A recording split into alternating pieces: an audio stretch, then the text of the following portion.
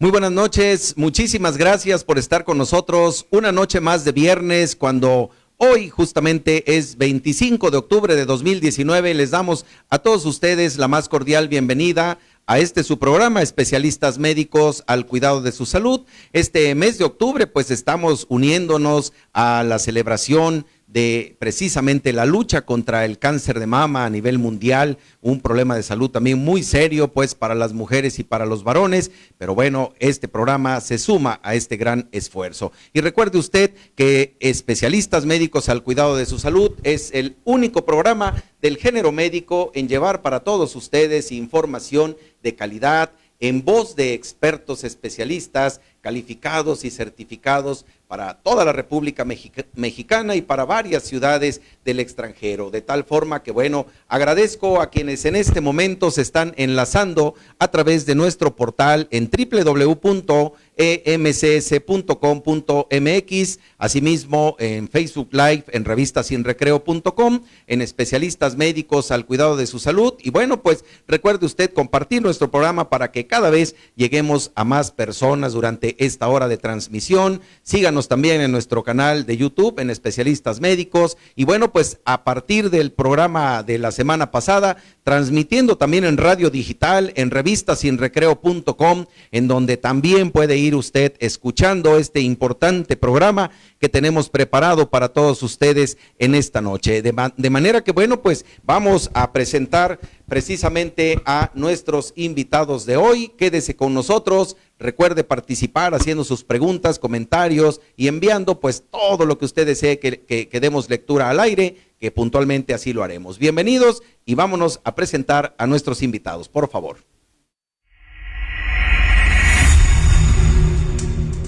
Especialistas Médicos al Cuidado de su Salud presenta al invitado de esta noche.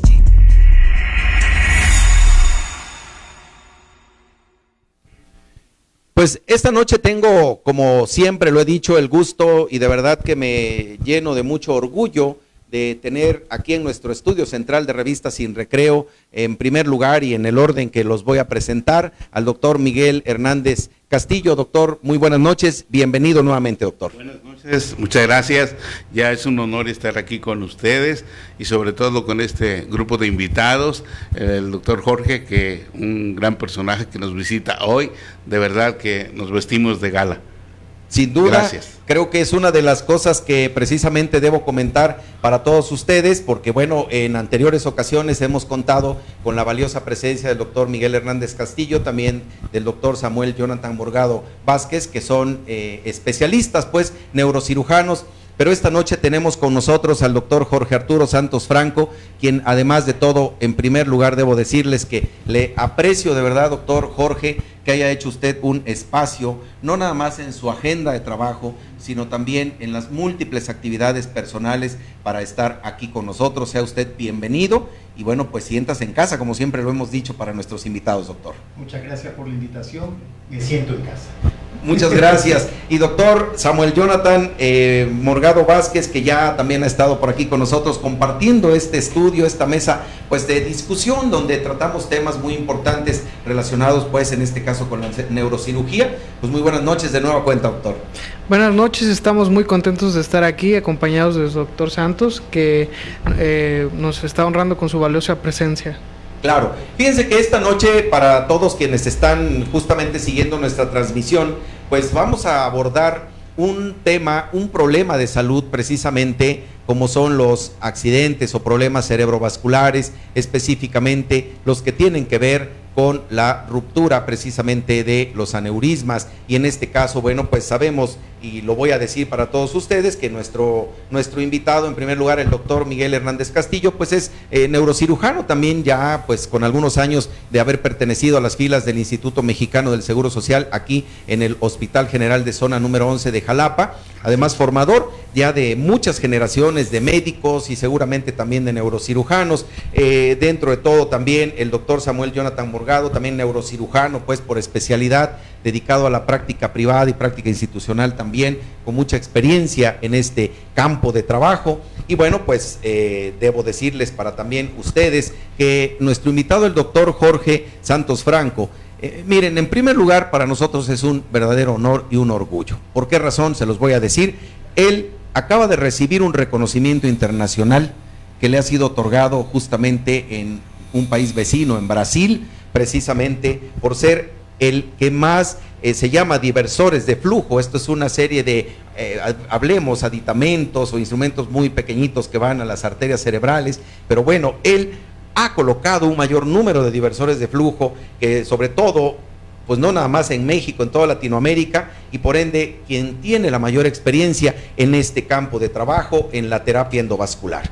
Además, pues bueno, él es jefe de la especialidad o del servicio de neurocirugía y además responsable también del área de terapia endovascular en el Centro Médico Nacional La Raza del Instituto Mexicano del Seguro Social en la Ciudad de México.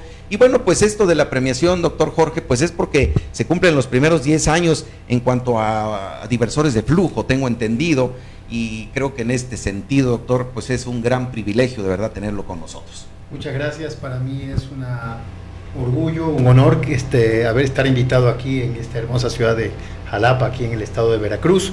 Efectivamente, el volumen de pacientes tratados sobre todo es por estar en un gran centro como es el Centro Médico Nacional La Raza, claro, donde hay un gran volumen de pacientes. Sí, doctor. ¿De acuerdo? Entonces, y donde la patología vascular cerebral, sobre todo la neurismática, los aneurismas cerebrales intracraneales, pues tienen un aumento, un incremento en la población mexicana. Claro. Entonces, por eso nos ha tocado esa posibilidad de tratar tantos pacientes. Claro. ¿De acuerdo? Y bueno, entonces, perdón, debo también decir que nuestro invitado, el doctor Jorge, pues es también, ha escrito múltiples artículos científicos, de los cuales, pues, en una buen número están en revistas indexadas. Hablamos de revistas pues que en la seriedad pues de lo que es la medicina pues son de las revistas que tienen el mayor empuje. Y bueno, también comentábamos al principio con el doctor Hernández Castillo y el doctor Samuel Jonathan que bueno, nuestro invitado pues bueno, él es ecuatoriano de nacionalidad,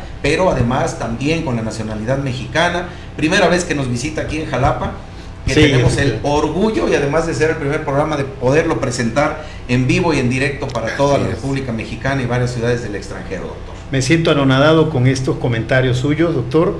Efectivamente soy ecuatoriano, pero mexicano naturalizado, adoptado por México y con este país que adoro y quiero tanto, claro, donde eso, hago mi vida cotidiana. Claro, eso es muy importante. Ya posteriormente compartiremos con ustedes algunas de las experiencias personales que el doctor nos ha platicado fuera del aire, pero bueno, vamos a comenzar, doctor Hernández Castillo, para ir introduciendo un poquito este tema y bueno, pues charlar de la parte también de tratamiento que es en esto, pues la experiencia del doctor Franco en este sentido.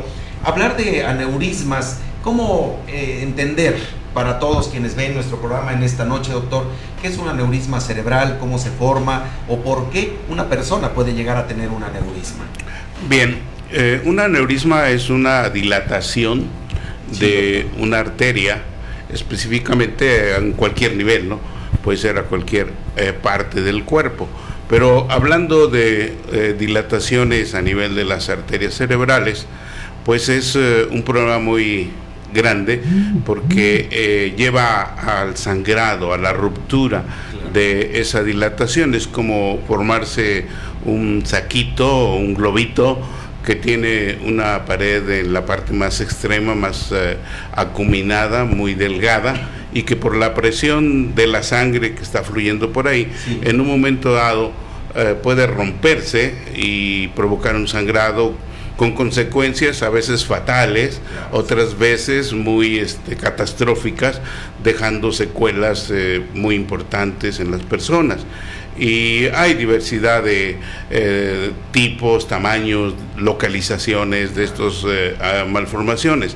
La causa de estas malformaciones pues principalmente están relacionados con el tabaquismo. No sé cuál sea la razón específica, pero probablemente la nicotina tenga mucho que ver en esto, porque es un una sustancia que induce al vasoespasmo, ¿no? Claro, sobre todo. Y bueno, pues la debilidad de la pared de la arteria es lo que conlleva, junto con la presión que está recibiendo de manera constante, a formarse esa dilatación. Claro. Y pues aquí también tiene que ver mucho la hipertensión arterial, la aterosclerosis. Claro, sobre todo en el ámbito pues de que es una situación, doctor, que se desconoce en algún momento, es decir, las personas no saben que pueden tener un problema de un aneurisma cerebral, y cuando hablamos de esto, doctor Jorge Arturo Santos, me atrevo a preguntarle, ¿cómo estamos, no nada más en México, sino en general en cuanto a frecuencia de este tipo de problemas, cuando hablamos de aneurismas cerebrales? ¿Quiénes son más predispuestos, los hombres, las mujeres? ¿En qué grupos de edades, en su experiencia, usted puede compartirnos esto que para nosotros es muy importante, doctor? ¿Cómo no? La población mexicana, así como la población japonesa y la población de Finlandia, suelen tener una incidencia mucho mayor de aneurismas cerebrales. Claro. En México, por nuestra experiencia y por las estadísticas, podemos decir que el género femenino es el que tiene más afectación. Y como decía el doctor, efectivamente el tabaquismo y la hipertensión arterial más la menopausia hacen una tríada terrible que se asocia muy frecuente a aneurismas cerebrales. Es tan frecuente la enfermedad aneurismática que se encuentra en las autopsias en pacientes que nunca han tenido síntomas. Sin embargo, lo más importante es cuando tienen los síntomas. El principal síntoma, el síntoma cardinal o el efecto principal de un aneurisma es cuando éste se rompe. Puede haber aneurismas no rotos que hacen compresión a diversas estructuras, dependiendo del tamaño del aneurisma. A veces llegan a ser monstruosos, gigantescos. Sin embargo, aneurismas muy pequeños, de 4 a 7 milímetros, cuando se rompen, son catastróficos. A eso lo llamamos nosotros hemorragia subaracnoidea, que es la consecuencia de la ruptura. Es un sangrado cerebral que se va al espacio subaracnoideo, donde está el líquido cefalorraquídeo que cubre al cerebro. Y ahí están los principales efectos deleterios de la ruptura de un aneurisma. Es tan grave que cuando se rompe, 30%, entre 25 y 30% de los pacientes no llegan vivos a una atención médica. Los que llegan vivos y sobreviven cuando se lo trata, ya sea que se trate por vía quirúrgica abierta o por vía endovascular, que es interna a través de los vasos, para que el público entienda, a pesar de un excelente tratamiento, más el tratamiento de terapia intensiva, la mortalidad es alta y la morbimortalidad, es decir, las secuelas que deja un evento hemorrágico suelen ser hasta del 60%, en el mejor de los casos. Es decir, 60 de 100 personas que tuvieron una ruptura de un aneurisma cerebral pueden dejar alguna secuela, ya sea pequeña o una secuela muy grande, como la disminución de la mitad del movimiento del cuerpo, la pérdida del lenguaje, etcétera, como otras.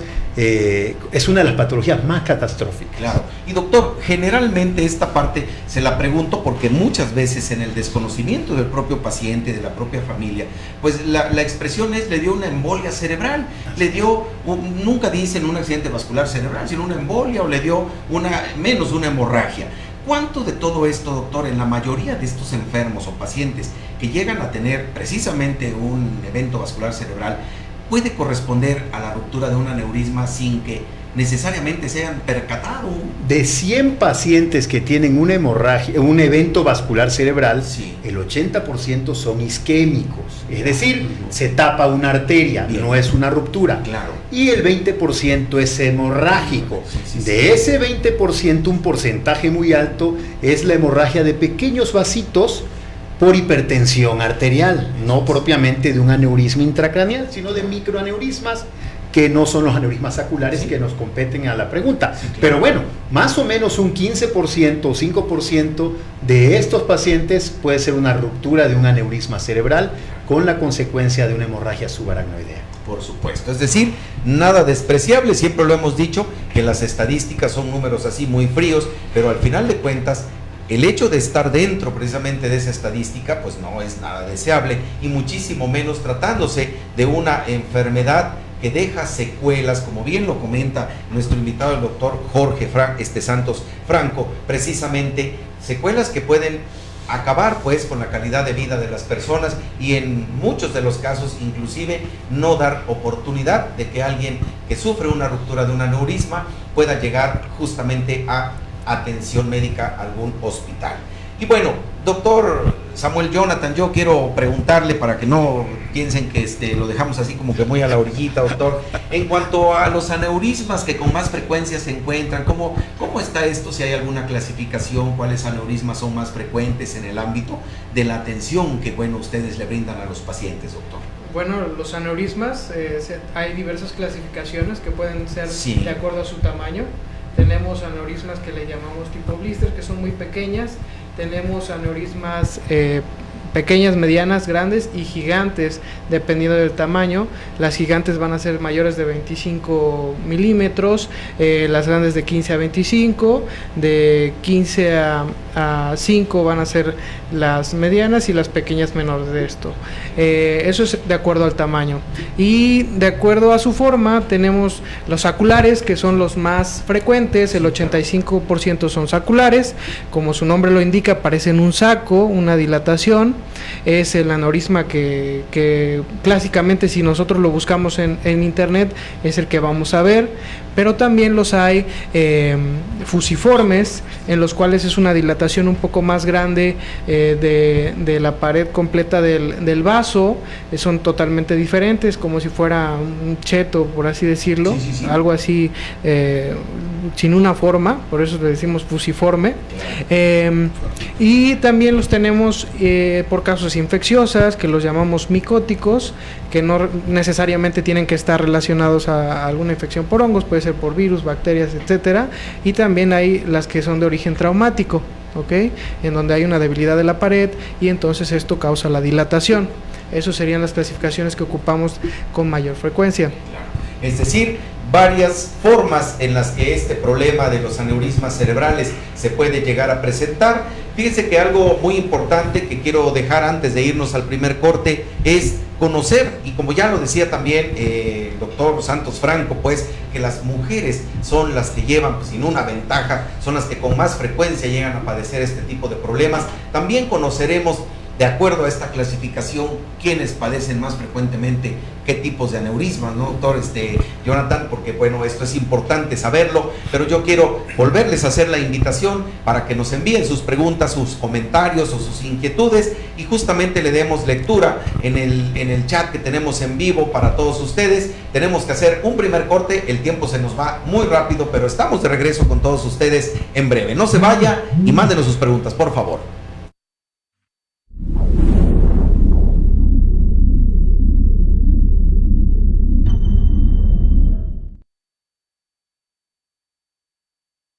Doctor Daniel Chan Vázquez, cirujano y urólogo pediatra, enfermedades de las vías urinarias, cirugía de hernias inguinales, umbilicales, circuncisión, dolor abdominal y cirugía del aparato digestivo. Hospital Ángeles Jalapa, consultorio 410, teléfono 141-0841 y Clínica Médica del Este, teléfono 814-8252, celular 2281-100863.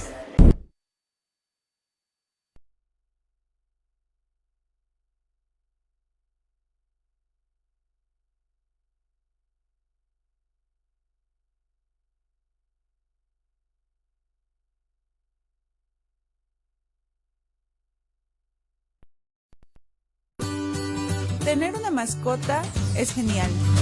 Vives más, vives sin estrés, vives sin depresión, tienes un compañero, vives feliz. Demostrado con evidencias científicas, en Exotic Pet Healthcare nosotros te ayudamos a cuidarlos.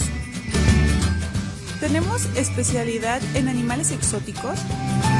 Además atendemos a todas las mascotas. Nos encontramos en Basurto número 58, zona centro, en Jalapa, Veracruz. Llámanos al 2288-260899.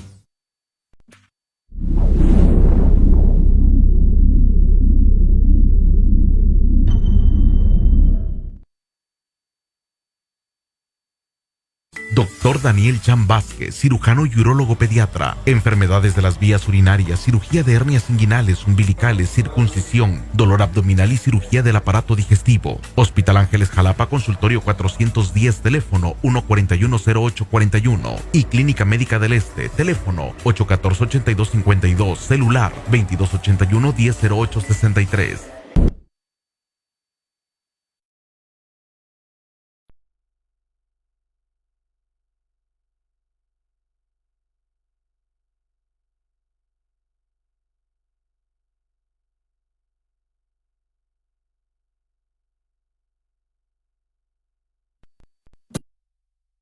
Tener una mascota es genial.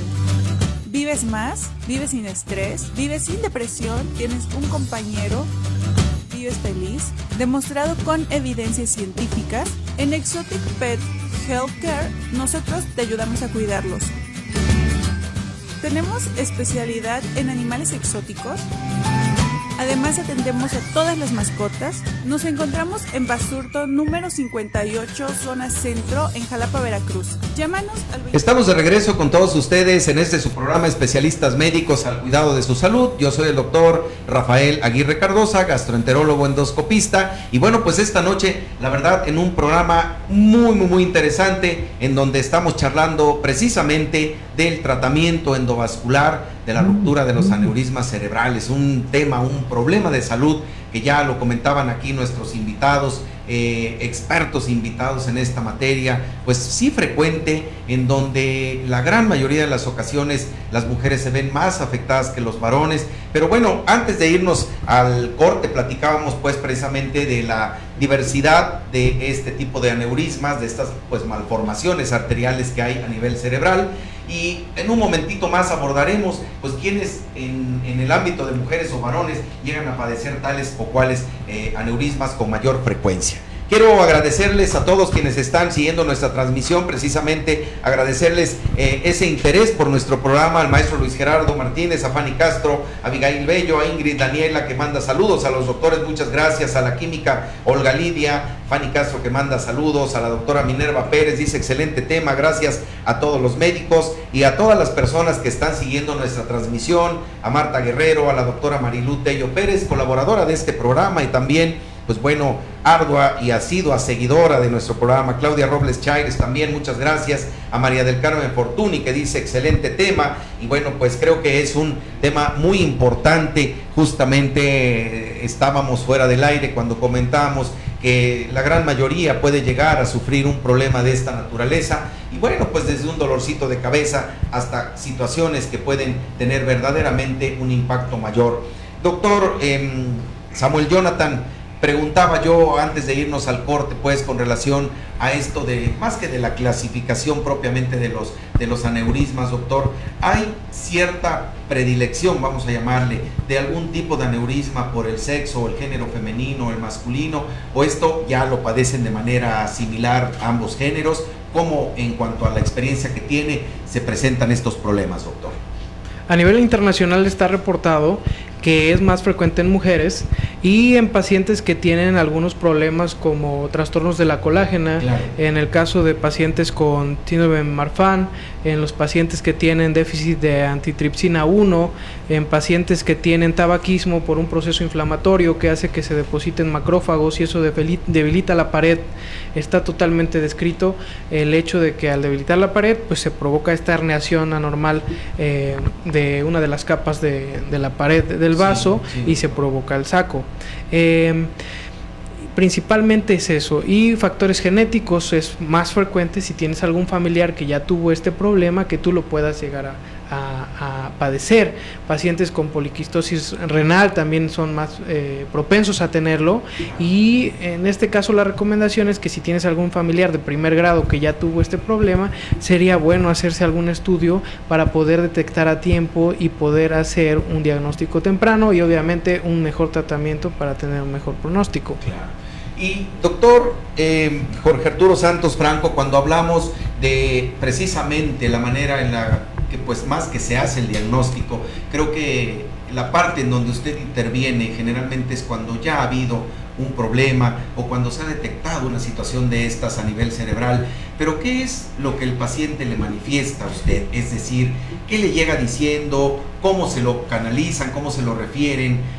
¿Qué experiencia en ese sentido, doctor? Lamentablemente, en México todavía el diagnóstico inicial se hace después de la ruptura del aneurisma. Lamentablemente, sí. Cada vez hay más diagnósticos de lo que llamamos nosotros aneurismas incidentales. Eso. ¿Qué significa esto? Que se han descubierto antes de que estos den síntomas. Ya. Es decir, antes de que se rompa principalmente, que es a lo que tenemos que llegar. ¿Por qué digo que se ha ido mejorando esto? A pesar de que no es lo ideal todavía, ha ido mejorando porque los métodos de diagnóstico hoy en día son no invasivos. Y decirlo un poquito coloquialmente también, en cualquier esquina hay un angiotomógrafo, en cualquier esquina hay un resonador, un aparato de resonancia magnética, sí, entre comillas, en cualquier esquina, donde puedan hacer una buena angioresonancia magnética. Es decir, estudios no invasivos donde, sin necesidad de entrar por la arteria, de ser invasivos, valga la redundancia, claro, se haga un diagnóstico. Entonces, muchos pacientes ya hoy en día se diagnostican de forma incidental, es decir, sin ruptura. Pero reitero, lamentablemente, la ruptura sigue siendo el diagnóstico más importante en nuestro medio. Cuando hay la hemorragia subaracnoidea, la mayoría de los pacientes llegan en malas condiciones. Sí, doctor. ¿De acuerdo? Con efectos propios del sangrado de la ruptura de este aneurisma. Claro. Doctor, y en estos casos, ¿se puede inferir, hay alguna sospecha para esto que usted acaba de comentar de un aneurisma incidental? Sí. ¿Qué podría esperar un paciente o qué datos clínicos hacen sospechar que una persona pueda tener un aneurisma incidental? Cefalea crónica, por ejemplo, una cefalea crónica o una cefalea de reciente inicio. Sí, claro. En una persona que nunca antes ha tenido cefalea, de una edad mediana. De repente con cefaleas hay que investigar el árbol vascular. O en un paciente con cefaleas crónicas que ya el neurólogo o el neurocirujano lo vio y dice, bueno, tiene una migraña, tiene una cefalea tensional, pero esta cambia de patrón. Cuando este tipo de cefalea cambia de patrón, aguas. Podemos estar en presencia de que los vasos cerebrales tienen ya un aneurisma, ¿de acuerdo? Lamentablemente, en muchos de los casos no hay síntomas hasta que este se rompe. Entonces lo ideal sería que el individuo, todos nosotros, tengamos la costumbre de la prevención, que hagamos un screening, ya sea con angiotomografía o con una angioresonancia, que repito, ya cualquier laboratorio lo tiene hoy en día de aceptable calidad. Y sobre todo creo que algo muy importante en donde podemos coincidir, y digo podemos porque creo que es la parte donde bien lo ha mencionado usted, doctor, de la prevención. Todos creo que en este momento, y quienes nos están viendo seguramente también en un momento determinado están pues seguramente considerando que sí es algo que ha pasado, pero todos han sufrido o hemos sufrido un dolor de cabeza alguna vez en nuestra vida. Y en un buen porcentaje, la mayoría de las personas o de los pacientes le dicen es que sufro de migraña. Pero realmente esto que acaba de comentar usted, doctor, no se estudia. ¿Cuántos pacientes, diríamos, de los que recibe usted en algún momento le dijeron creí que era migraña y mire, resultó que teníamos otra cosa, ¿no? Muchísimos, yo diría que más del 80% de los pacientes. Sí. O sea que si alguien ha sufrido dolor de cabeza, que yo lo vuelvo a insistir, seguramente sí, pues es más que un momento para poder acudir a hacerse un chequeo, revisar que todo a nivel del cerebro, de la cabecita, pues marche bien, porque una ruptura, doctor, lo acaba de mencionar usted. Digo, hemos visto casos tal vez en televisión un tanto anecdóticos, ¿no? Donde el futbolista iba corriendo y de pronto pum, se desmayó, se cayó y falleció en pleno campo de fútbol, o situaciones de otra naturaleza, ¿no? Donde dicen, bueno, la mayoría le atribuye que quedó el abuelito infartado porque ya no despertó, pero a lo mejor fue eso también, ¿no? ¿Puedo aportar algo? Por favor. Pues precisamente, lo interesante de esto también es que últimamente estamos viendo una tendencia de incremento de aneurismas cerebrales en gente joven. ¿A qué? No sabemos todavía la causa, pero cada vez atendemos gente menor de 40 años con aneurismas cerebrales. Estoy escribiendo actualmente un artículo sobre aneurismas cerebrales en niños tratados por vía endovascular.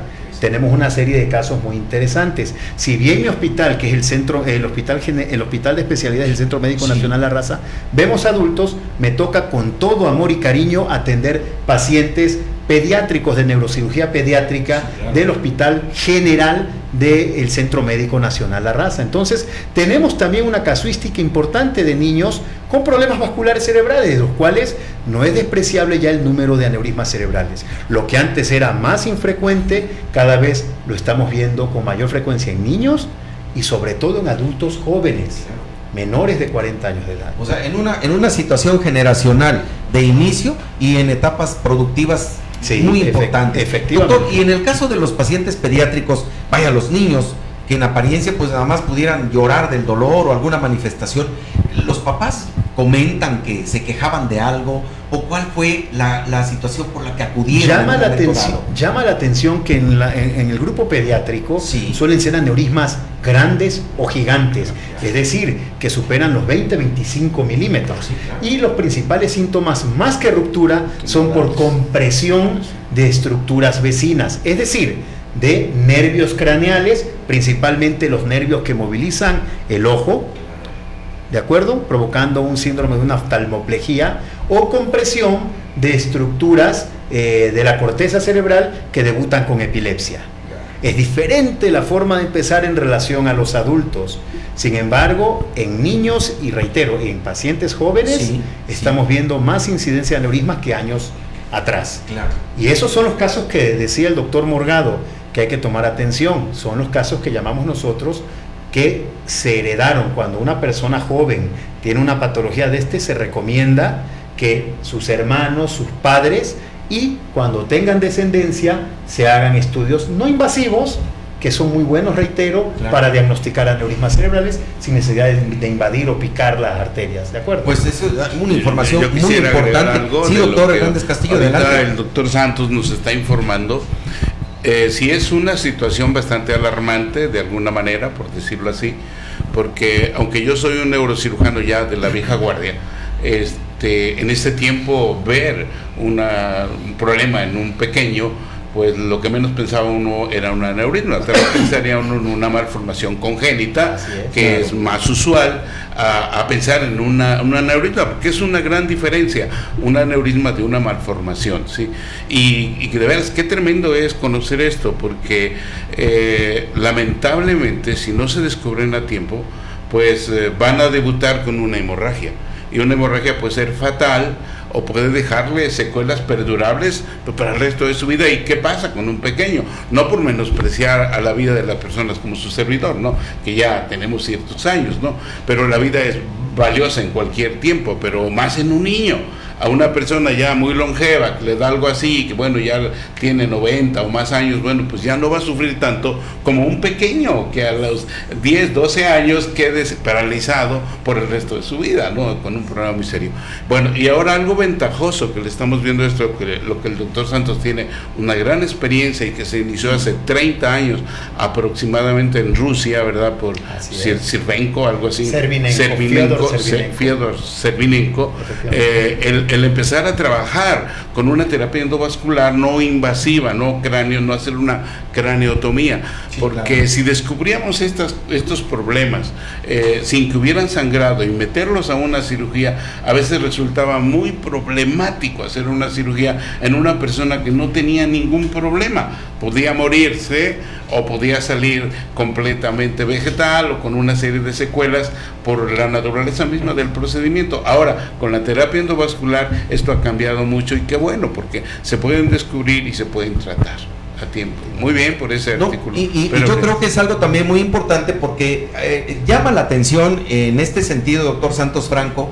Hablando del doctor Hernández Castillo, menciona niños de 10, 12 años, pero bueno, en su experiencia, doctor, y en la casuística que tiene, ¿cuál ha sido el niño más pequeñito, pues, o de menor edad que ha atendido por un problema de aneurisma? Por otras patologías cerebrales, malformaciones, por ejemplo, muy pequeñitos. Pero por aneurisma cerebral, en mi experiencia, el más chiquito fue una nena de 7 años de edad. Sin embargo, ya hay artículos de niños de 2 años de edad.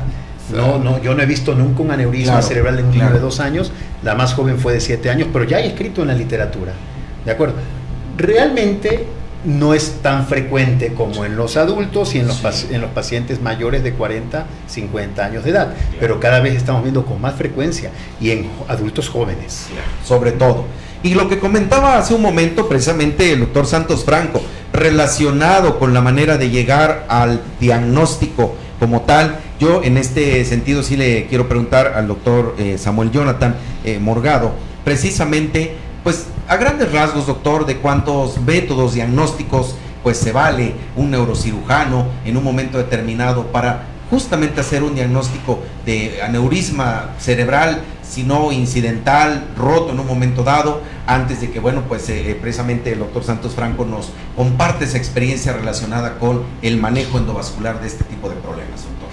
Bueno, podemos dividir dos grandes grupos. El paciente que todavía no ha tenido un sangrado, en este caso el paciente que tiene cefalea crónica, y le vamos a hacer un estudio para buscar si hay algún problema estructural que tenga que arreglarse por medio de una cirugía. Bueno, tenemos la angiotomografía, que es muy útil, con reconstrucción tridimensional.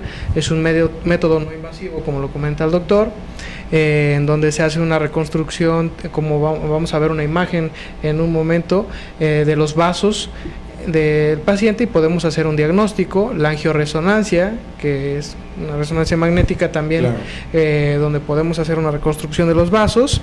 Y el método, el gold estándar, por así decirlo, el mejor método para hacer el diagnóstico hasta la actualidad, pues es con una angiografía cerebral. ¿Ok? Y esto lo vamos a hacer ya cuando tengamos el diagnóstico, por ejemplo, por una angiotomografía o por una angioresonancia, para poder determinar cuál va a ser el abordaje, qué es lo que vamos a hacer. Y en este caso, la grandiosa opción que ahorita nos va a presentar el doctor Santos, pues es la terapia endovascular, por medio de por dentro de los vasos, lograr pues tratar este tipo de padecimientos. Resolver un problema que hasta hace algunos años seguramente teníamos ese inconveniente, doctor Santos Franco, que en algún momento, bueno, pues vamos a comentar precisamente regresando del corte. Miren que el tiempo se va muy rápido, la plática está muy interesante, muy amena. Yo los quiero seguir invitando en un momentito más, vamos a darle lecturas ya a las preguntas, a los comentarios y todo lo que ustedes en un momento dado han enviado para que nosotros podamos leer puntualmente, pero vamos a hacer un corte muy breve, no se vaya. Vamos a regresar a hablar precisamente con el doctor Santos Franco todo lo relacionado con el tratamiento endovascular de los aneurismas cerebrales. Así que estamos de regreso con todos ustedes en breve.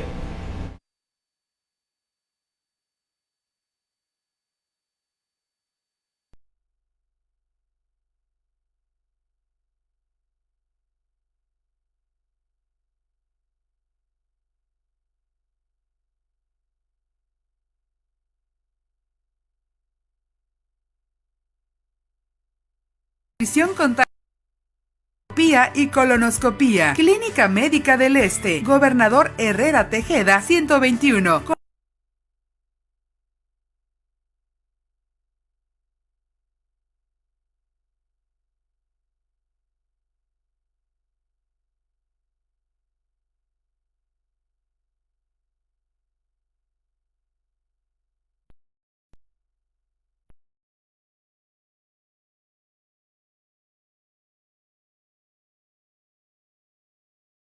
Temprana de cáncer de estómago y de colon, enfermedades del esófago, estómago, intestinos, hígado, páncreas, vesícula biliar y hemorroides. Consultas de lunes a sábado, previa cita. Luis Cortines, 3344, casi esquina Acueducto. Teléfono 843-3373.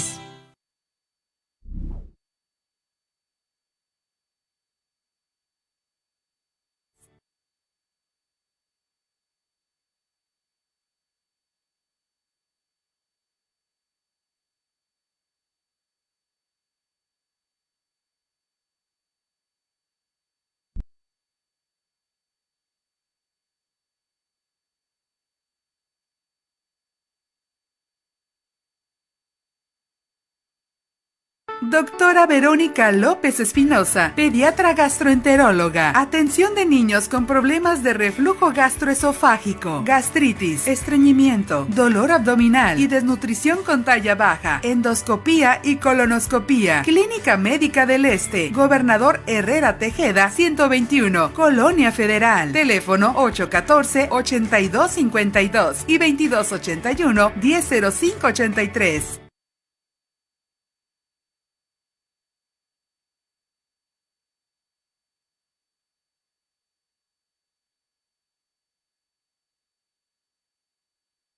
Cuide su salud con el doctor Rafael Aguirre Cardosa, gastroenterólogo endoscopista. Detección temprana de cáncer de... Pues estamos de regreso con todos ustedes en este que es nuestro último segmento de su programa Especialistas Médicos al Cuidado de su Salud. Quiero de verdad enviar una calurosa y muy sentida felicitación a todos mis colegas médicos que el pasado 23 de octubre estuvimos pues festejando, conmemorando el Día del Médico pues en toda la República Mexicana. Un especial saludo a mis invitados, al doctor Miguel Hernández Castillo, al doctor Jorge Arturo Santos Franco y al doctor Samuel Jonathan Morgado Vázquez, justamente, que bueno, pues no habíamos tenido oportunidad de decirlo, pero bueno, dada la importancia de este día que se conmemora pues el 23 de octubre, pues felicidades a todos los médicos de México y pues obviamente de todos lados donde nos estén viendo hasta este momento. Agradecerles sus comentarios a todos en el chat que nos están enviando, y bueno, pues decirles a nuestros invitados que nuevamente estamos pues rompiendo un récord más de audiencia, nos informa aquí la producción, tanto pues en lo que es la televisión por internet, y bueno, pues recuerden que estamos transmitiendo también en radio digital en revistasinrecreo.com. y bueno, agradecerles a María del Carmen Fortuny por sus saludos, a Alma Mejía, a la doctora Luz María Zaragoza sobre Villa, dice muy interesante, a Claudia Robles, excelente tema, saludos para el programa. Marta Guerrero dice buenas noches, saludos, gracias por compartir sus excelentes temas. Amanda Campos, a Gloria Marina Miranda, a Luz María Zaragoza, bueno, muchas gracias, a la doctora Abigail Bello, a Hugo de Jesús, a prácticamente, bueno, Kaoli Reyes también, que nos envía sus saludos y felicitaciones, también a los médicos invitados, Armando Rodríguez, él dice felicidades a todos los doctores en su día y al excelente programa, muchísimas gracias de verdad por compartir con nosotros estas experiencias. A Vicky Lara dice qué programón tan necesario, bueno, pues de verdad yo creo que es un programa que ustedes se merecen y que bueno, gracias a la participación de nuestros invitados y a la presencia de nuestro invitado, el doctor Jorge Arturo Santos Franco, quien está justamente compartiendo con nosotros todos estos conocimientos, a Rita Méndez, a Marisol Saldo también, la psicoterapeuta Marisol Saldo, que dice felicidades al programa, y a los doctores por su explicación de un tema tan importante, de verdad que sí. Miriam del Callejo, muchas gracias, muchísimas felicidades también, Lauris Bello, Rafa Rosales, que está siguiendo nuestra transmisión, y bueno, dice aquí Vicky Lara, gracias al doctor Hernández Castillo por invitar desde la Ciudad de México a estos magníficos especialistas. Sin duda, yo creo que un eslabón muy importante, y lo comento, doctor Santos Franco y doctor Samuel Jonathan, que siempre hemos tenido, pues ha sido al doctor Hernández Castillo para estos temas que la verdad son sumamente valiosos, y de verdad muy buen comentario. Vicky Lara, muchísimas gracias. También Olga Lidia dice, en una persona, ella yo creo que pregunta, dice que de momento se le cae el párpado sin presentar hipertensión, cefalea o síntoma alguno, puede sospecharse de un evento cerebrovascular. Efectivamente, justamente la ruptura de un aneurisma cercano a un nervio, que es el tercer nervio craneal. Sí. Claro que sí. A veces, sin que sea la ruptura del aneurisma, puede ser algo que llamamos nosotros cefalea centinela. Sí, claro. A veces hay eso, o un cuadro de ruptura centinela, donde hay una pequeña efusión hemorrágica a través de la pared tan delgadita del aneurisma, que es como una tela de cebolla. Sí, a veces hay una efusión pequeña de sangre que irrita el tercer nervio craneal y cae el párpado, justamente por lesión de este nervio. Ni qué decir cuando hay la ruptura ya completa de este aneurisma, que se acompaña de otras cosas más. ¿Y por qué el tercer nervio? Generalmente por la anatomía hay una zona de la arteria carótida interna que se llama el segmento comunicante, que tiene mucha cercanía con este nervio, que sale a la órbita, pasa hacia la órbita, y una de sus funciones es el movimiento del ojo y la elevación del párpado. Y al dañarse, cae el párpado. Eso es decir, tiene relación y puede tener obviamente relación, como bien lo comenta ya nuestro invitado, el doctor Santos Franco, precisamente en este sentido. Muchísimas gracias. Y bueno, pues sí, envía muchos saludos la química Olga Lidia, gracias a todos, dice felicitaciones a todo el equipo de producción por el profesionalismo y por la amabilidad que tienen de informarnos. También Arnulfo González Ochoa dice excelente programa, gracias por compartir temas de interés. Y bueno, tenemos también muchos saludos y felicitaciones, pero tenemos otra pregunta también. Aquí le preguntan precisamente, Guillermina Solano dice saludos al doctor, felicidades en su día, dice ¿qué secuencia se le debe dar a un desorden hormonal en la edad de 41 años si ya se dio, a ver, dice anemia y barrido? A ver, creo que no es el tema, perdón, me lo pasaron un poquito equivocado. Bueno, Arro dice, se dice que en México no tiene muchos neurocirujanos, que sí, esto es cierto. Hay neurocirujanos en México, muchos, lo que pasa concentrados en la Ciudad de México. Claro. Nos hacen falta neurocirujanos, y estamos hablando que por cada cierto grupo de individuos debe haber un neurocirujano. Sí, como que cada vez los estudiantes de ahora de medicina quieren menos ser neurocirujanos, porque es muchos años de sacrificio, muchos años de estudio para la neurocirugía. Conversábamos hace un momento fuera del aire con el doctor, que hay un deseo en las nuevas generaciones de conseguir todo rápido.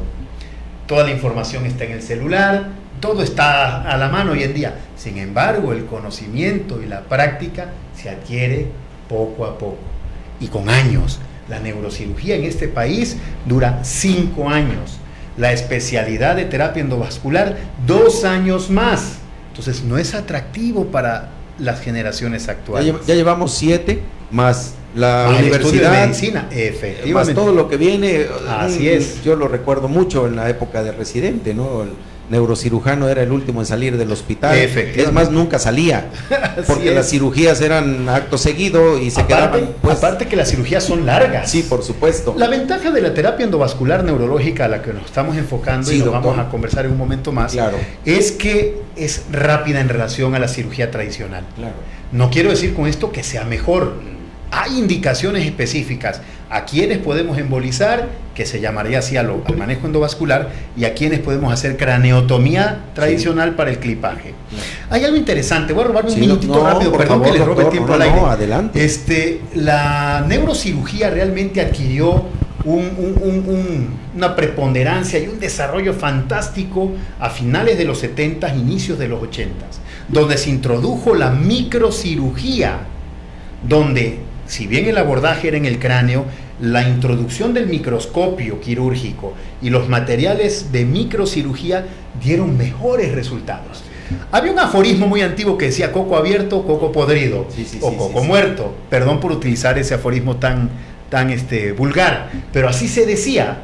Con la introducción de la microcirugía, cosa que el doctor lo vivió, la microcirugía llegó a dar resultados fantásticos. Revolucionó. Efectivamente. Y ahora viene el manejo endovascular, donde el paciente no se le hace una incisión quirúrgica, donde el paciente, como van a ver en el video, el paciente está despierto durante el procedimiento. Claro. Entramos, cerramos un aneurisma cerebral con el paciente despierto, es lo que llamamos nosotros mínima invasión. Por supuesto, sin embargo, si se complica, puede haber máxima complicación. Entonces, yo quisiera doctor Hernández Castillo. Un minuto. Sí, doctor, diga. Referente a lo que el doctor Santos ahorita conversaba acerca de las nuevas generaciones. Y esto me lleva a una enseñanza que me dio mi maestro, que el doctor ya no lo conoció, el doctor Hernando Guzmán West. Cuando yo iba a iniciarme en esta especialidad, y ya después de una serie de preguntas y cosas que me hizo para tratar de ubicarme dentro de lo que yo quería, me llegó a decir al final que estaba yo en ese momento comprometiéndome con la peor de las amantes. Dice, la neurocirugía es una amante que te va a demandar todo tu tiempo, en toda tu vida. Así es que dile a tu esposa, como ya estaba casado, pues dile que si aguanta todo este tiempo para contigo en toda la vida, pues adelante. Y si no, mejor divórciate. Porque es que la neurocirugía, igual que la medicina, es algo que demanda nuestro tiempo. El doctor pues ahorita está aquí, sus hijos allá, al rato le hablan, al rato acá, tenemos que estar ahí, ¿no? Por eso habemos pocos neurocirujanos. Y también en cuanto a las actividades del doctor Santos Franco, recientemente en el puerto de Veracruz, haciendo una embolización, nos comentaba hace un momentito, regresa a Ciudad de México, decía el doctor Jonathan hace un momento, dice, mañana va a operar, o sea, finalmente es eso, ¿no? Es el compromiso profesional que implica una serie, pues, de situaciones con los pacientes, doctor, y creo que en este sentido, toda la razón al doctor Hernández Castillo, tomando en consideración, pues esto de la medicina sí es muy celoso, finalmente, al final de todo es eso. Y doctor, sin más preámbulos, podríamos comentar lo relativo a la terapia endovascular en esa experiencia que usted tiene y que nos va a compartir esta noche, doctor. Decimos que es un procedimiento de mínima invasión, en el sentido de que no tenemos que abrir cráneo, no hay que hacer craneectomía. El abordaje se hace a través de un piquete, una punción en una arteria que generalmente es la arteria femoral, puede ser la derecha o la izquierda, independiente de qué arteria esté afectada dentro del cerebro. Puede ser la arteria radial también, efectivamente. Eso lo aprendimos de la cardiología intervencionista. Entonces, honor a quien honor merece. Entonces, es un abordaje pequeñito, no se hace corte, es un piquete donde introducimos, valga la redundancia, un introductor, a través del cual vamos a colocar otros materiales que se llaman guías, microcatéteres, microguías. para decirlo muy coloquialmente, alambres con microtubitos, claro, para navegar a través de las arterias y llegar al sitio donde está el aneurisma. Claro. Hoy en día existen varios procedimientos para tratar un aneurisma cerebral. Sí, doctor. Uno es, el clásico es la embolización con coils, con espirales de platino. Rellenar el aneurisma, el saco del aneurisma, con platino para que se haga una trombosis, es decir, se coagule dentro del saco aneurismático y preservar la función normal del vaso. A veces, cuando este saco no tiene la capacidad de soportar esos alambres adentro, pues estos pueden salirse. De ahí se introdujo en la década de los 80s, 90s, un stent que también se aprendió de la cardiología intervencionista. Sí, sí. Se colocó un stent intracraneal. Uno que tenía que ir al corazón se colocó para hacer una barrera, hacer un cuello artificial en el vaso, una prótesis, atravesar el stent hacia el saco del aneurisma y rellenarlo con estos espirales de platino. De esa manera tradicionalmente se han tratado los aneurismas. Sí. Embolización simple con stents o embolización asistida con stent. ¿De acuerdo? En la actualidad tenemos en nuestro armamentario también los stents diversores de flujo, que son unos stents especiales que tienen una malla muy cerrada, donde ya no es necesario meternos al saco del aneurisma. En el propio vaso colocamos el stent y con el tiempo la malla cerrada de este diversor hace que el flujo dentro del aneurisma sea muy lento y se vaya coagulando y trombosando dentro del aneurisma. ¿De acuerdo? Y eso se llama tratamiento del aneurisma con un diversor de flujo. Solo tratando, reconstruyendo el vaso paterno. Claro, entonces, claro. Si la enfermedad realmente no está en el aneurisma es un producto de una enfermedad del vaso sanguíneo. Claro. El enfermo es el vaso. Entonces, con los stents y con los stents diversores de flujo, lo que estamos haciendo es reconstruyendo la arteria. Claro. Y en el ámbito, pues, de lo que comentábamos hace un momentito, doctor Samuel Jonathan, relacionado con el material en video que traemos, lo traemos aquí para todos ustedes, que nos hacen ustedes el grandísimo favor de compartir. ¿Qué tenemos? ¿Qué nos van a mostrar, doctor Santos Franco, doctor Samuel Jonathan, relacionado con esta información que es muy importante? Muy bien, bueno, vamos a correr el video. Directamente desde el Centro Médico Nacional La Raza, el Departamento de Neurocirugía, una de las mejores escuelas a nivel mundial por todos los maestros que tiene. Esta es la sala de hemodinamia, una sala nueva en donde se tratan los aneurismas por medio de terapia endovascular. Ahí podemos ver al doctor Santos, está haciendo una inyección con un material de contraste para poder ver el aneurisma, que es esa parte ensanchada que se ve en negrito. Ahí está el doctor Santos, ya puso el introductor, ahí se logra ver la pierna. Algo importante de resaltar es que el paciente está completamente despierto durante el procedimiento. De hecho, el doctor le está hablando en diversas ocasiones: ¿cómo estás? Trata de no moverte para que podamos hacer bien las tomas. Ahí está la señora sin intubarse, sin dormirse, está completamente despierta, un poco sedada para que no se esté moviendo y esté relajada. Y ahí ya está introduciendo una guía, un tubito, para poder inyectar el material de contraste y entonces así poder embolizarlo, poderlo tratar y taparlo por dentro, ¿ok? Eso en vía tradicional habría que abrir el cráneo, todo lo que es el hueso, para poder llegar ahí y hacerlo con mucho cuidado también para poder llegar a esa parte, que estamos hablando de un aneurisma gigante previamente embolizado que se tenía que continuar para totalmente ya hacer completamente la embolización. Esa parte en negro es donde todavía hay un poquito de sangre que está entrando y en cualquier momento podría romperse. Claro. Entonces esta persona está en riesgo de en cualquier momento morir, pero con este tratamiento se va a llenar, se va a embolizar, se va a tapar por dentro para que esto ya no sea un problema para esta persona.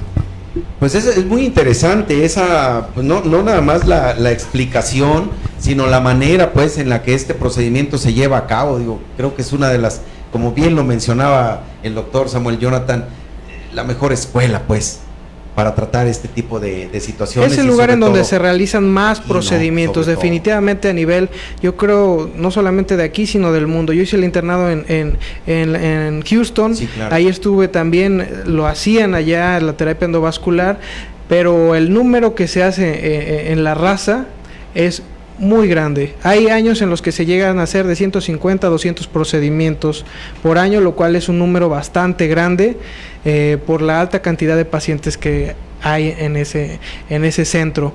Aquí el doctor está poniendo los coils, está rellenando todos estos con estos coils para posteriormente, conforme vayamos viendo el video, vamos a ir viendo cómo se va tapando, se va llenando, se va viendo ya negrito, que este es el material que se está utilizando para lograr embolizar. Todo esto en un tiempo de unos 30 minutos, a veces 20 minutos, lo que tarda el doctor en realizarlo. Ahora, esto no es obra de la casualidad, esto es por tantos casos que ha tenido, pero sí, se pueden llegar a tardar, puede ser 1, 2 horas, 4 horas para este procedimiento, pero en general los pacientes tratados en la raza por las manos del doctor, pues sí son entre media hora, y yo creo que los más difíciles tardaron 1 hora en lograr realizarse todo el procedimiento completo. Es que yo creo que esa parte es muy importante, ¿no? El tiempo en el que de alguna manera se lleva a cabo un procedimiento, lógicamente depende de la habilidad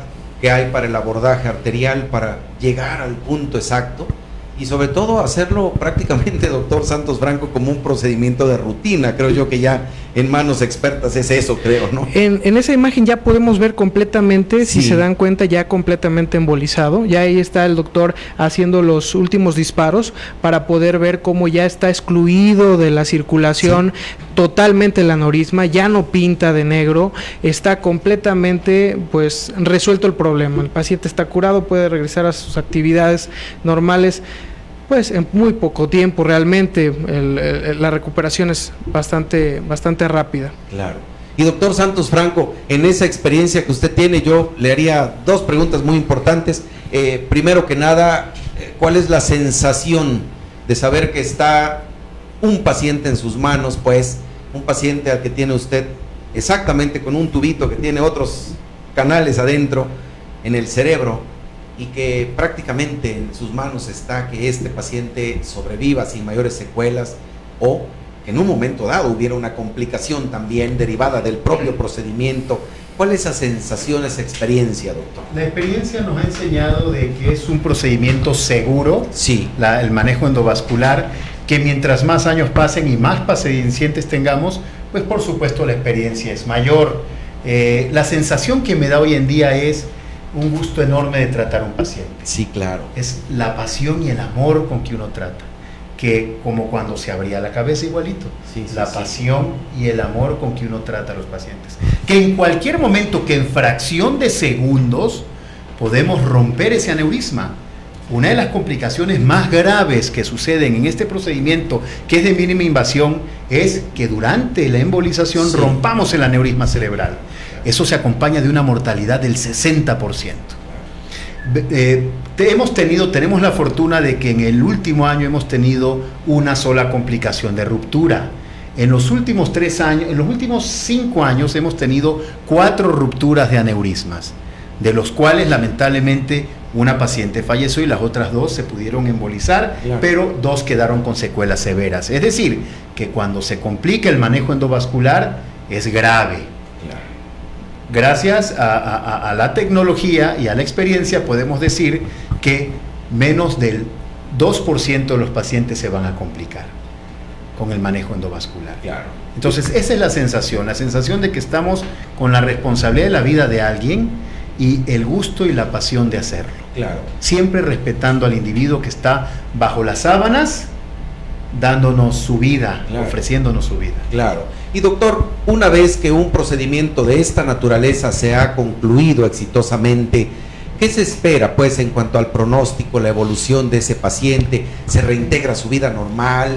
¿Tiene alguna limitante? En nuestro hospital, cuando el paciente no tiene la hemorragia subaracnoidea, sí, se egresa al día siguiente. Al día siguiente se va a su casa. ¿Se sale caminando? A los 4 días está en una vida laboral normal.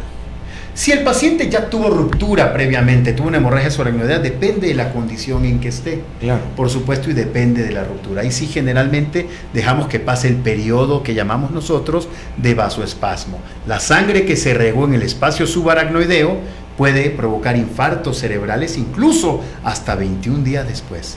Por eso yo decía al principio, con la hemorragia subaracnoidea, aunque el clipaje sea exitoso, aunque la embolización, el manejo endovascular sea exitoso, depende mucho del daño que haga el sangrado.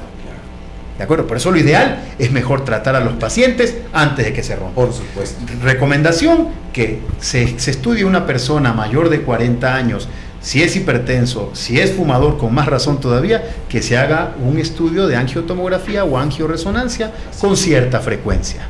¿De acuerdo? Y si hay antecedentes familiares en pacientes jóvenes, como habíamos dicho, padre, hermanos e hijos del paciente, pues hacerse su screening, su estudio. Su estudio. Para que encontremos el aneurisma antes de que se rompa. Claro.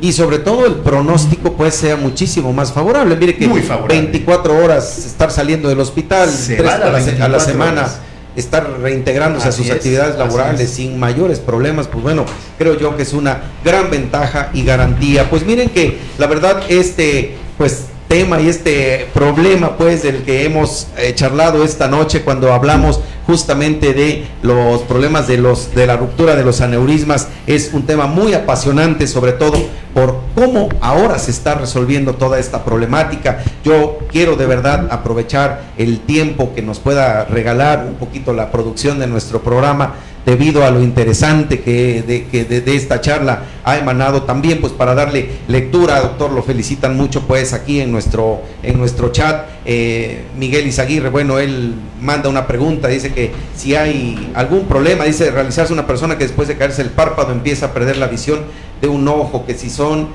algún estudio que se pueda realizar para tratar de identificar este problema. Ojo, muchas veces la caída del párpado puede ser una mononeuropatia por diabetes o alguna otra afección que afecta a los nervios oculares, pero cuando se sospecha de un aneurisma cerebral o se tiene en idea que puede haber un aneurisma cerebral, la angiotomografía o una angioresonancia. Sí, claro. Efectivamente, en cualquier centro de diagnóstico puede ser útil, ¿de acuerdo? Perfecto. Doctor, y bueno, pues a todos aquí en el panel los saludan precisamente la maestra Edith, la licenciada Laura, el doctor Rafael Rojano, la señorita Charito, el señor Roberto Hernández, Ángel Luna, 24 personas más que nos está pasando por aquí la producción. Dice también, Manuel Victoria pregunta, dice, en la raza 150 intervenciones al año, en provincia, todos al cementerio.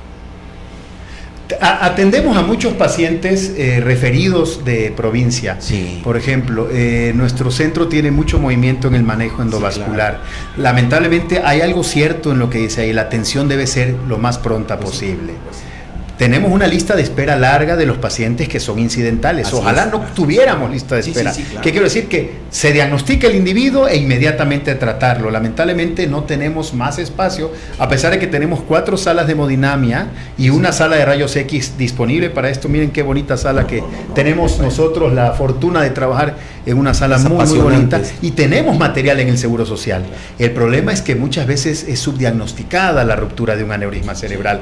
Habíamos hablado de una hemorragia o evento centinela, que es cuando el aneurisma hace una efusión hemorrágica ligera, el paciente tiene una cefalea o se le cae el párpado sin ser la cefalea peor de su vida, sin ser una ruptura como tal. Sí, claro. Y muchas veces el médico general le da una aspirina, no quiero ser comerciales, pero le da un medicamento que combina paracetamol, que se hizo muy famoso en la televisión, Bioelectro. Pero bueno, entonces, sí, para la migraña, ¿no? No es eso, es decir, no está bien eso.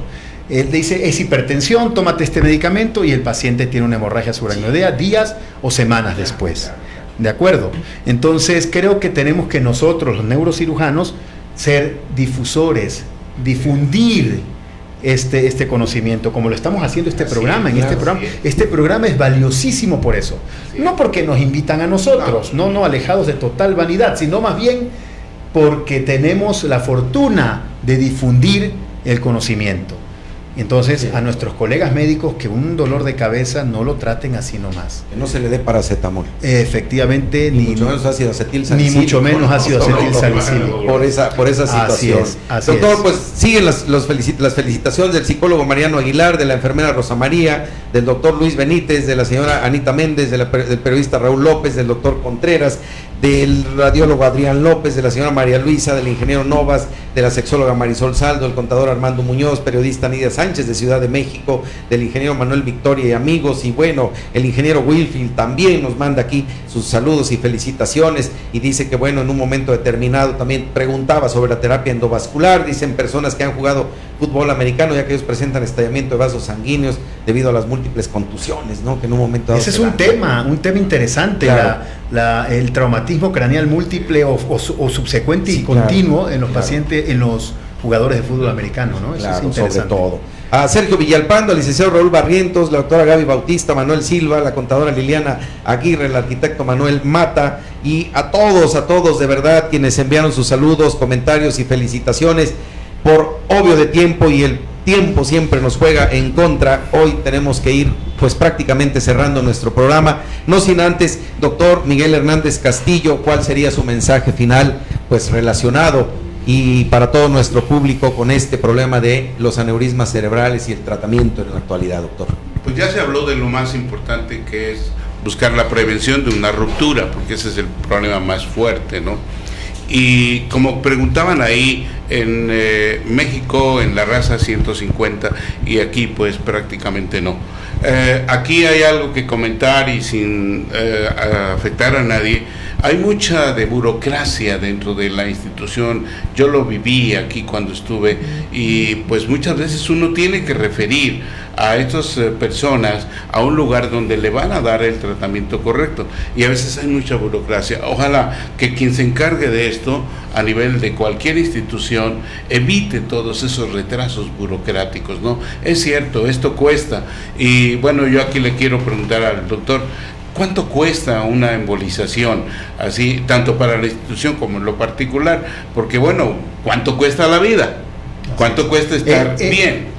Muy buena pregunta, porque muchas veces eso fue, al principio del desarrollo del manejo endovascular, era una lucha entre el neurocirujano que hacía neurocirugía abierta versus el especialista que lo hacía endovascular. Claro. Se decía que era muy costoso lo endovascular. Hoy en día el costo es similar, se sopesa, porque recuerden que después de una craneotomía el paciente tiene que estar hospitalizado un tiempo más, tiene que estar en terapia intensiva. Este paciente va a piso y al día siguiente se va a la casa. Claro. Pero sí, el material endovascular es costoso, ¿de acuerdo? Una embolización de un aneurisma para la institución pública, que ellos licitan y buscan buena calidad, porque utilizamos material de buena calidad, pero lo venden más barato para la institución que para la institución privada, está costando alrededor entre 200,000 hasta 500,000 pesos, dependiendo del tipo de lesión y el tipo de material. Por ejemplo, stent y muchos coils va a salir mucho más caro que stent y pocos coils, o solamente coils, por ejemplo. Pero ese es el rango más o menos. Y hablando de institución privada, puede ser mucho más caro. Pero comparable con la cirugía abierta, son equiparables en monto. En ese sentido. Así es. No sé si eso le responde la pregunta, porque sí es un tema que ha costado muchos años y todavía es debatible. Esto únicamente hablando del material, aparte del equipo humano que trabaja. Efectivamente, solo del material. Claro, sobre todo. Así es. Doctor Samuel Jonathan Morgado, ¿cuál sería su mensaje final, doctor, relacionado con este tema tan importante y tan apasionante que hoy se abordó? Bueno, primero que nada, muchas gracias por la invitación. Estuvimos muy a gusto, como todas las veces que venimos. Yo súper agradecido que haya podido venir uno de mis maestros, el doctor Jorge Santos, a quien aprecio pues bastante. Al doctor también, maestro mío, también iba yo desde que estaba en la prepa, aquí en la Oficial B, iba con él ahí al seguro. a sus cirugías. Y pues recordarles a todos que nunca dejemos pasar, a veces un pequeño dolor de cabeza puede ser algo mucho más grande, y si no hacemos las cosas bien, no nos tratamos, dejamos que pasen el tiempo, pues podemos después pues estar bastante arrepentidos, porque puede terminar en algo muy desastroso como es la muerte, o en secuelas bastante importantes que no nos dejan tener una buena calidad de vida. Entonces, para todos pues un saludo y que Dios los bendiga, que pasen un excelente fin de semana. Claro que sí. Doctor Jorge Arturo Santos Franco, excelente colega, neurocirujano, reconocido a nivel internacional, me atrevo a decirlo, y no nada más por este reconocimiento, sino por la ardua labor que hace en pro de todos sus pacientes. Y no nada más a nivel de la institución del Seguro Social, una muy noble y diría yo de verdad importantísima institución de salud pública en nuestro país, sino también a nivel privado. ¿Cuál sería su mensaje, doctor, final relacionado con este problema, bueno, del cual usted tiene mucha experiencia, para todos quienes hoy siguieron nuestro programa? El mensaje es reiterar: cuidado con las cefaleas, dejar el tabaco, cuidarse la hipertensión arterial, comer saludable y hacer ejercicio, claro, para evitar las consecuencias. Ojalá embolizáramos menos. Sí, sí. Eso es lo más importante. Claro. Ojalá embolizáramos menos. Mientras menos aneurismas cerebrales, creo que el individuo es más saludable, porque se cuida, evita la hipertensión, evita el tabaquismo, que son causas de que existan los aneurismas cerebrales. Claro. Y no me importa quedarme sin chamba. Además de todo, es una de las cosas más reales, doctor, que se está comentando, bueno, en función de esto. Y nos preguntaban por aquí también en el chat, ¿en dónde lo pueden localizar? Sabemos que en Ciudad de México, doctor, pero a nivel privado, ¿en dónde lo pueden localizar? O un número de contacto, porque hay interés, pues, en preguntar por usted en este sentido. ¿Cómo no? El número 5528-5942. Perfecto, ahí lo localizan. 58-5942 en Ciudad de México. Perfecto, pues está la información de todos nuestros invitados. Agradecerles a Miriam del Callejo, a la doctora Luz María Zaragoza por sus comentarios, a todos de verdad, de todo corazón, agradecerles todo lo que participaron con nosotros esta noche. Nosotros vamos a presentar al invitado de la semana siguiente, por favor.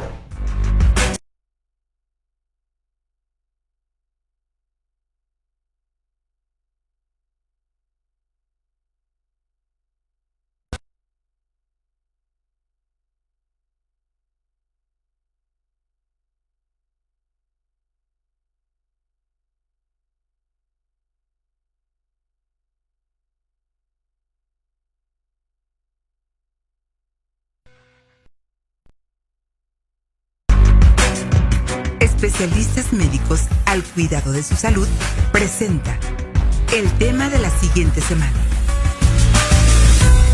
El próximo viernes 1 de noviembre ya tendremos justamente aquí en este estudio a la neuropsicóloga Fidelia Galvis Gómez, con quien estaremos charlando todo lo relacionado con los signos de alarma del retraso psicomotor en bebés. Un tema en contraste con lo que hoy acabamos también de mencionar que ocurre en los niños, de tal manera que no se pueden perder nuestro programa, que será sumamente importante como todas nuestras emisiones, gracias a la preferencia de todos ustedes. Pues doctor Miguel Hernández Castillo, muchísimas gracias. Doctor Samuel Jonathan Morgado Vázquez, muchas gracias. Y doctor Jorge Arturo Santos Franco, muchas gracias por haber estado esta noche aquí con nosotros. Muchas gracias. A todos ustedes les agradezco infinitamente que nos hayan acompañado a la producción de este programa y de Revista Sin Recreo por el tiempo otorgado después de nuestro tiempo límite, pero era un tema muy importante que debíamos agotar.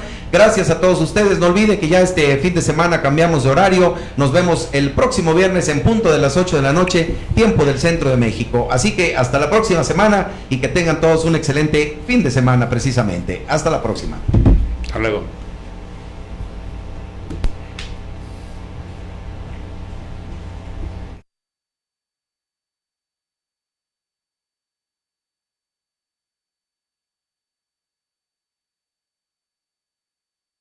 Doctora Verónica López Espinosa, pediatra gastroenteróloga. Atención de niños con problemas de reflujo gastroesofágico.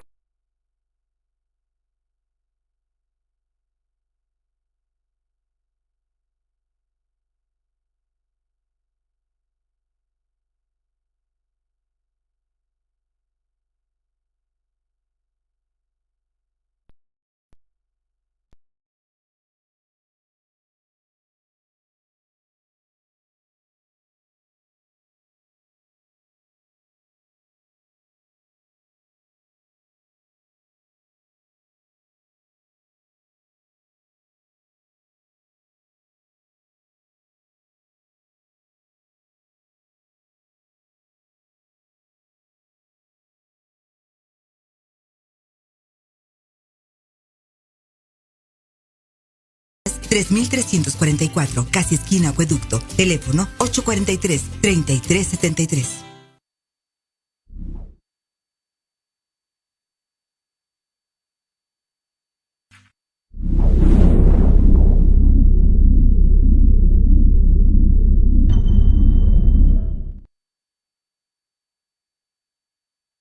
Doctor Daniel Chan Vázquez, cirujano y urólogo pediatra. Enfermedades de las vías urinarias, cirugía de hernias inguinales, umbilicales, circuncisión, dolor abdominal y cirugía del aparato digestivo. Hospital Ángeles Jalapa, consultorio 410, teléfono 141-0841. Y Clínica Médica del Este, teléfono 814-8252, celular 2281-100863.